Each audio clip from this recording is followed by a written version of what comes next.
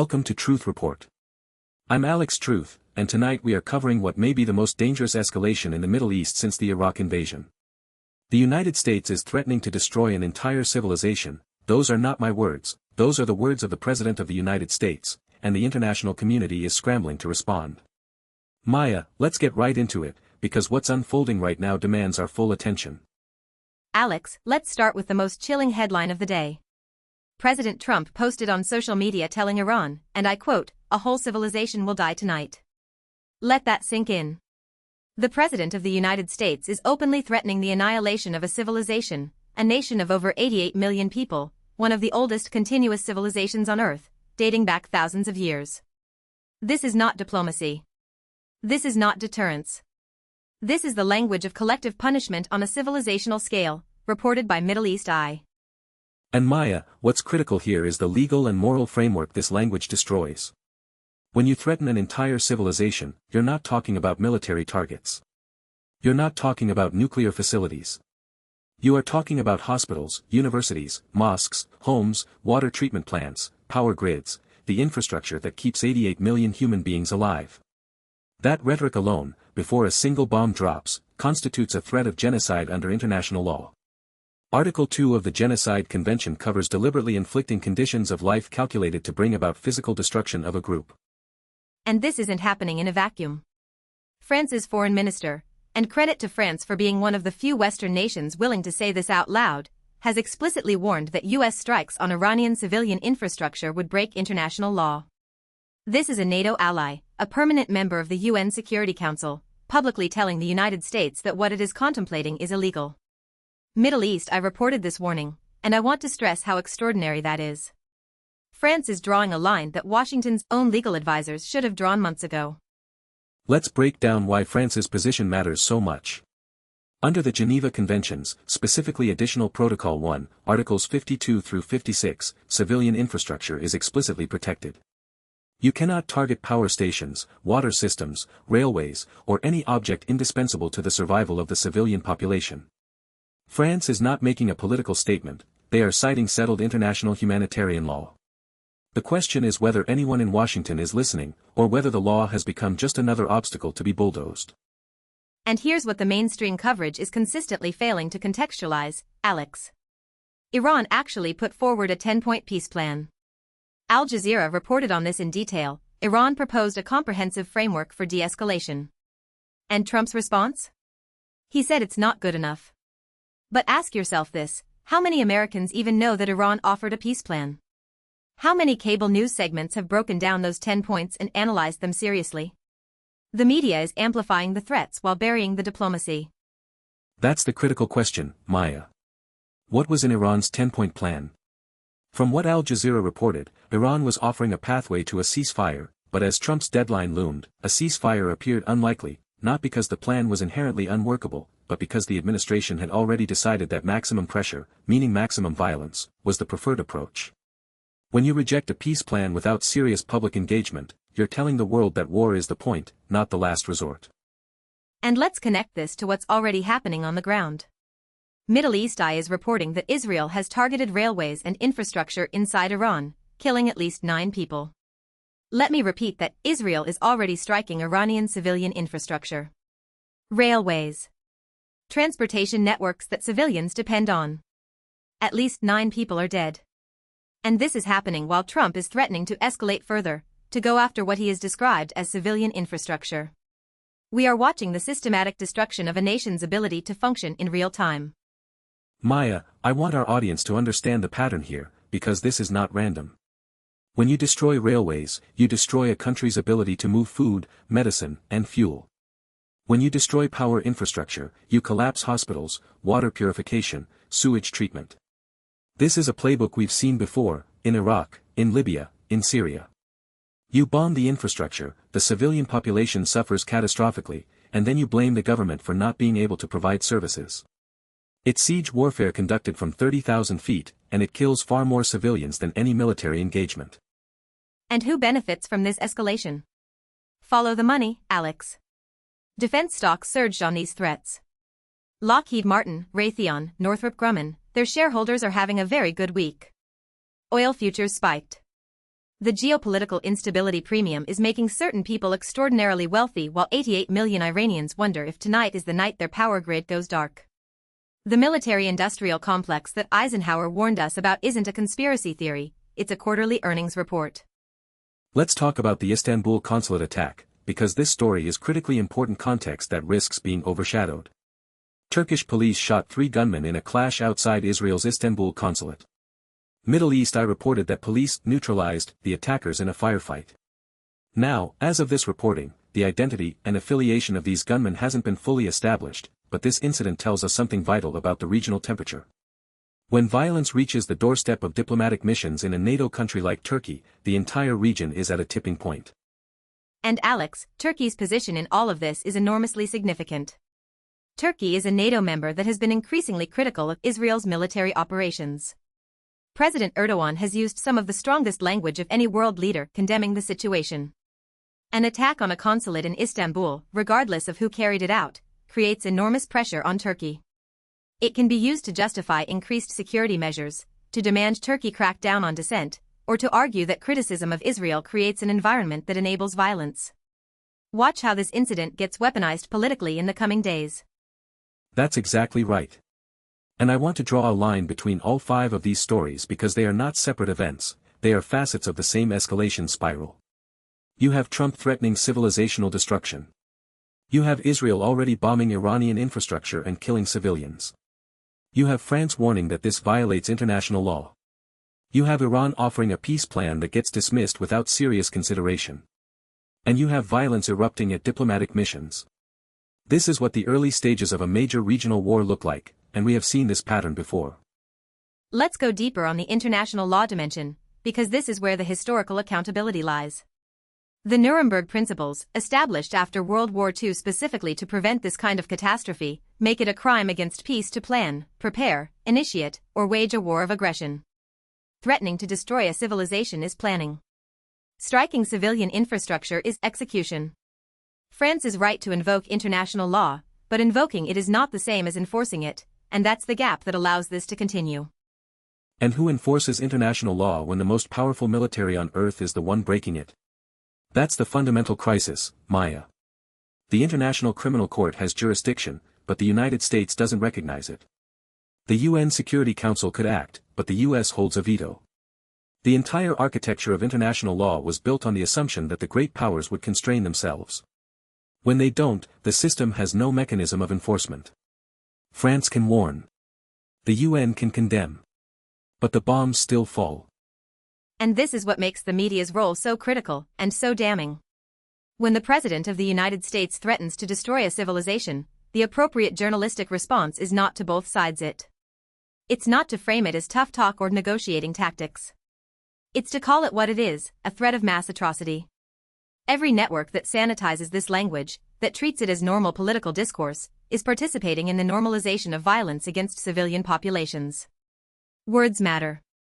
They create the permission structure for action. Let's talk about what Iran's 10-point peace plan likely included, based on the reporting from Al Jazeera and the broader diplomatic context. Iran has historically demanded recognition of its sovereignty, an end to sanctions that target its civilian economy, security guarantees, and a framework for nuclear negotiations that acknowledges its rights under the Non-Proliferation Treaty. When Trump says the plan is not good enough, the follow-up question that every journalist should be asking is, not good enough compared to what? Compared to war. Compared to destroying a civilization. What outcome is better than a negotiated peace? That's the question they never answer, Alex. Because the honest answer reveals the real agenda. A negotiated peace with Iran means Iran continues to exist as a sovereign state with regional influence. It means Iran continues to sell oil, continues to support allies in Lebanon and Iraq and Yemen, continues to be a counterweight to unchecked Israeli and American dominance in the region. The war isn't about nuclear weapons. If it were, diplomacy would be the preferred tool. The war is about regional hegemony, about who controls the resources and the strategic geography of the Middle East. And let's be blunt about the oil dimension. Iran sits on the 4th largest proven oil reserves in the world and the 2nd largest natural gas reserves. A destabilized or regime-changed Iran is an Iran whose energy resources are up for grabs. We saw this in Iraq. The weapons of mass destruction were never found, but the oil contracts were signed. Libya's Gaddafi was overthrown, and now its oil fields are contested by competing militias and foreign powers. The pattern is not subtle. It's not hidden. It's a resource extraction operation dressed up in the language of national security. And while we're following the money, let's talk about who loses. The Iranian people lose. 88 million people whose currency has already been decimated by sanctions, whose ability to import medicine has been restricted, whose young people can't travel freely, whose economy has been strangled for decades. The Iraqi people lost, over 1 million dead, a society shattered, and ISIS emerging from the wreckage. The Afghan people lost, 20 years of war followed by a chaotic withdrawal that left the Taliban in power. The people always lose. The defense contractors always win. Maya, I want to return to the Israeli strikes on Iranian railways because this is a concrete, happening right now war crime that deserves sustained attention. Railways are dual-use infrastructure, yes, militaries use them. But they are primarily civilian infrastructure. They move commuters, they move grain, they move medical supplies. When you destroy a railway network, you are attacking the circulatory system of a nation. 9 people confirmed dead, but the secondary effects, the disruption to supply chains, to emergency services, to the daily life of millions, those casualties don't make the headline but they are just as real. And notice the framing. When Western media covers these strikes, it's Israel targets railways and infrastructure. When other countries do the same thing, it's regime bombs civilian areas or terrorist attack on critical infrastructure. The framing determines the moral weight. One is clinical, strategic, almost bureaucratic. The other is outrageous, criminal, worthy of sanctions and intervention. Same action, different actor, completely different coverage. That asymmetry in framing is not accidental, it is the product of decades of editorial choices about whose lives matter and whose don't. Let's talk about what happens next, because the trajectory is terrifying. If the United States follows through on Trump's threats and launches strikes on Iranian civilian infrastructure, power plants, refineries, water systems, we are looking at a humanitarian catastrophe that could dwarf anything we've seen in the 21st century. Iran is not Iraq in 2003. Iran has 88 million people, a mountainous geography that makes ground invasion virtually impossible, ballistic missile capabilities that can reach every U.S. base in the region, and allies across the Middle East who will respond. And that's the escalation ladder that no one in Washington seems willing to discuss honestly. An attack on Iran doesn't end with Iran. Hezbollah in Lebanon, militias in Iraq, the Houthis in Yemen, these are all actors who have demonstrated both the capability and the willingness to strike back. You're looking at simultaneous conflicts across multiple theaters. Oil shipments through the Strait of Hormuz, through which 20% of the world's oil passes, would be immediately threatened. The global economic consequences would be staggering. This isn't just a Middle East problem. This is a global crisis in the making. And France knows this. That's why France is speaking up. It's not because France has suddenly discovered a deep commitment to Iranian sovereignty. It's because France understands that a war with Iran would destabilize the entire global order. European energy prices would skyrocket. Refugee flows would intensify. The fragile post-COVID economic recovery would be destroyed. France is warning the United States because France will bear the consequences of American recklessness, and so will every other nation on Earth. I also want to highlight something about the Istanbul consulate attack that connects to this broader picture. Violence at diplomatic missions tends to be used as a justification for escalation. Remember, the assassination of Archduke Franz Ferdinand at a diplomatic event triggered World War I. The Iran hostage crisis defined a generation of US-Iran relations. If this consulate attack is linked, or even if it's merely narratively linked, to Iranian-aligned groups, it becomes another brick in the wall of justification for military action. Watch how this story gets folded into the war narrative, regardless of the actual facts. That's a crucial point. The manufacturing of consent for war follows a predictable pattern: demonize the enemy, inflate the threat, dismiss diplomacy as naive, and use every act of violence as confirmation that force is the only answer. We are watching that playbook execute in real time. Iran offers a 10-point peace plan, dismissed. France warns about international law, ignored. Civilians die in infrastructure strikes, normalized. And the president threatens to destroy a civilization, and half the country treats it as tough leadership. So where does this leave us, Alex? It leaves us in a moment where the institutions that are supposed to prevent catastrophic war, the United Nations, the International Court of Justice, NATO, the free press, are all being tested simultaneously. And frankly, they're failing. The UN can't act because of the veto. The courts can't enforce because the powerful won't submit. NATO is fractured between members like France who see the danger in members who enable it. And the press is more interested in access than accountability. And that's why independent journalism matters more than ever. That's why shows like this one exist. Because somebody has to say the things that the mainstream won't say. Somebody has to ask, why is a 10-point peace plan not good enough, but civilizational destruction is? Somebody has to point out that striking railways kills civilians.